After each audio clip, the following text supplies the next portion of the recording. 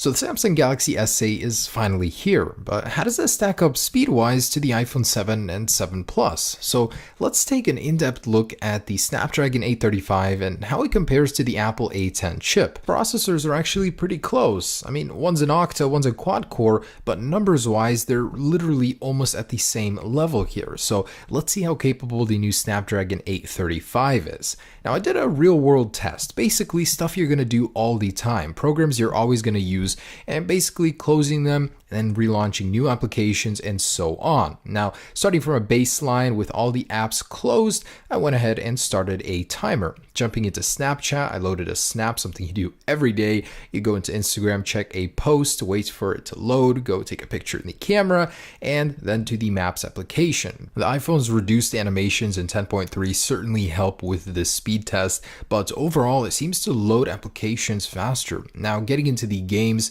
loading up Minecraft first, the iPhone does have an advantage here as it seems to be more optimized for game loading. I don't really know why, but it does seem to run those a little bit better. Now, the Samsung Galaxy S8 is no slouch. I mean, it's really not that far behind, but it just seems when doing these sort of tests, the iPhone has the advantage of loading times. Now, it's only one game behind now, but seems to be two now, as I've already loaded Asphalt and Grand Theft Auto. So if you play a lot of games on your iPhone and load times are important to you by 2 seconds, the iPhone seems to have a small advantage here. So it seemed like in the earlier tests, like daily tasks, it was just as optimized on the Galaxy, but they're now on the same application. I just exited that one on the iPhone going into Poker. This is an online-based app. These are both connected to the same network, so there's really no difference here if you're worried about the speed. But I'm already on to Netflix, which loads incredibly fast, as well as booking a ride with Uber, and I'm actually finishing up Zynga Poker right now on the Samsung Galaxy S8. The iPhone is just powering through these applications towards the end. So Yelp, even if you wanted to write a review, jump in real fast, do that. And for the last test on the iPhone, I'm already exporting a 4-minute 4K video clip. So this is compiling inside of the application, and then I'm going to export it. It's no easy task, and there's a lot to do. Still way behind on SoundCloud on the Samsung Galaxy S8, and moving on to Yelp now. Finally, one more and I'm at the video shop. So with the very same video file, a little bit over 4 minutes, 4K, 30 frames per second, I'm going to go ahead and compile it and export it on both devices. And this is the part where the iPhone really started to show off. I've actually shortened this video because I didn't want you guys to sit through 10 minutes of it just rendering, but it managed to pump out that 4K 30 frames per second video in half the time it took the Samsung Galaxy S8. As a result, it got a score of a little bit over 3 minutes, where the Galaxy got over 7 minutes. So overall, before that video export time, they were pretty close, but then that part just messed the Galaxy up. Now, repeating this test for round 2, I didn't actually clear the app switcher, so all the apps technically were open in the background, and I noticed on the Galaxy they all reset. For whatever reason, I think the video export just demanded so many resources that it closed all of the apps in the background, and I'm pretty much starting from scratch. So the iPhone is much faster, as the apps were already loaded and just needed like a second refresh and they were good to go. So as a result, I got a very short time of about 47 seconds on round 2, whereas on the Galaxy, without doing the video export, it took over 1 minute and 45 seconds. So definitely quite the difference between these devices. I don't know if that's an optimization thing on the Galaxy's part. Maybe I just used too many resources with the video export, but I'm not saying it was bad. It's just, the iPhone was a little bit more efficient at reopening applications. And I just wanted to make a disclaimer. Most of you guys probably won't be experiencing this behavior. Using the Galaxy S8 normally, apps reloaded where they were every single time I would reopen them after doing something else. It's just when you're doing something so intense, that seems to reset what was going on before. So just don't want you guys to get the wrong idea. I'm not saying the Galaxy is slow whatsoever. Now, wrapping up this real world test, I wanted to get a little bit more specific. All right, so let's go ahead and do a startup test. So these guys, have just performed the test. They have all the apps open in the background, and let's go ahead and power these guys off, turning them on in 3, 2, 1. And they're off. So Samsung Galaxy S8 running Android 7.0 on the left and iOS 10.3.1 on the right. Very curious decision on Samsung's part to ship Android 7.0 and not 7.1.1 or something. Anyways, the iPhone is first to start up here, even with a passcode, considerably actually. So quite the difference there, although we only start up our phones maybe like once every few days, if even. So not that big of a deal here. Now let's load some of these games up individually. I know I did them in that test, but that's more of an overall speed test, not individual apps. So let's go ahead and run through those. So getting into Snapchat here, Instagram. So about the same there. Camera, oh, about the same. Galaxy's a little faster, I think. Maps, Galaxy. Photoshop Express, iPhone. This one has like a little bit of an interesting lag when opening. It hesitates for a second. Minecraft, especially when opening larger games and stuff. Oh, that one was actually faster.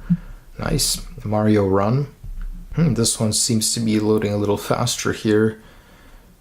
And, oh, actually about the same time. Asphalt 8. Yep, so iPhone 1 here considerably. Seems like the larger the game is, the faster the iPhone loads it. It's Grand Theft Auto, and gotta click skip for the thing. So yeah, iPhone loads the main screen a little faster, but this one actually loads the actual game faster. Zynga Poker, the iPhone takes that win just by a few seconds. So cool. That's actually quite fair. So the Samsung Galaxy S8 is a lot faster in some tasks. Seems like the bigger games, it loads a little bit slower, but overall very, very capable device here. Let's load some web pages here using the default browsers. So the default Reddit page. Oh, the iPhone wins that one. And CNN.com here. The iPhone, wow, considerably faster. And they're on the same network here, so not using LTE. These networks aren't connected to anything. So let's try one more. All right, Apple.com, here we go, 3, 2, 1. iPhone just a tad bit faster. Let's try Samsung.com, 3, 2, 1. And actually almost the same there. Browser performance seems to be a little bit faster overall on the iPhone. Still pretty fair on both here.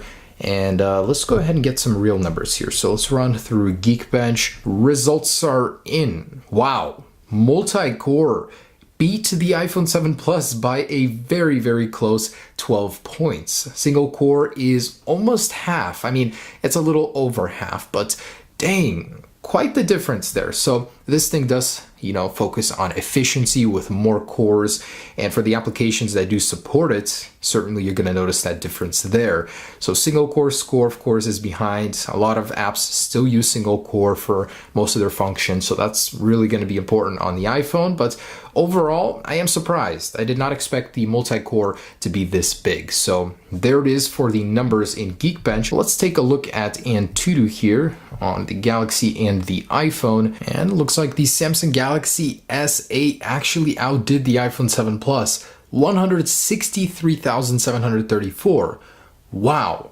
So let's take a look at the detailed here. 3D score is higher on the Samsung Galaxy.